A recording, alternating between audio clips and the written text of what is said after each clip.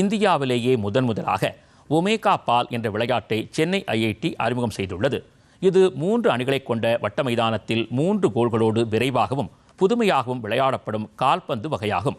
இதில் ஒவ்வொரு அணியும் ஒரே நேரத்தில் 2 கோல்களை தாங்குவதுடன் 1 கோலை மட்டுமே பாதுகாக்கும். தொடக்க நிகழ்வாக சென்னை ஐஐடியின் ஜிம்கானாவும் டீன் அலுவலகமும் இணைந்து கல்லூரிகளுக்கு இடையிலான ஒமேகா பால் போட்டியை இன்று நடத்தியது.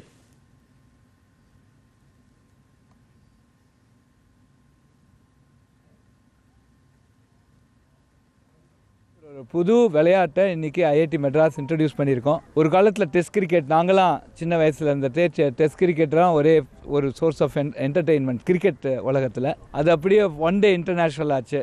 அதுக்கப்புறம் அது T20 ஆச்சு. அதே மாதிரி ஃபுட்பால்லையும் ஒரு மாற்றம். அதாவது இது 3 டீம் விளையாடுறது ஒரு 2 டீமுக்கு பதிலாக. அதுக்கு நிறையா ரூல்ஸ் அண்ட் ரெகுலேஷன்ஸும் அந்த 3 டீம் ஒரே கிரவுண்டில் ரெக்டாங்குலர் ஃபீல்டாக இருக்கிறத இப்போ சர்க்குலராக பண்ணி 3 கோல் அதை டிஃபெண்ட் பண்ணுறது எப்படி, இது மாதிரி பல ரூல்ஸ் அண்ட் ரெகுலேஷன்ஸோட இந்த புது விளையாட்டை நம்ம இன்ட்ரடியூஸ் பண்ணுறோம்.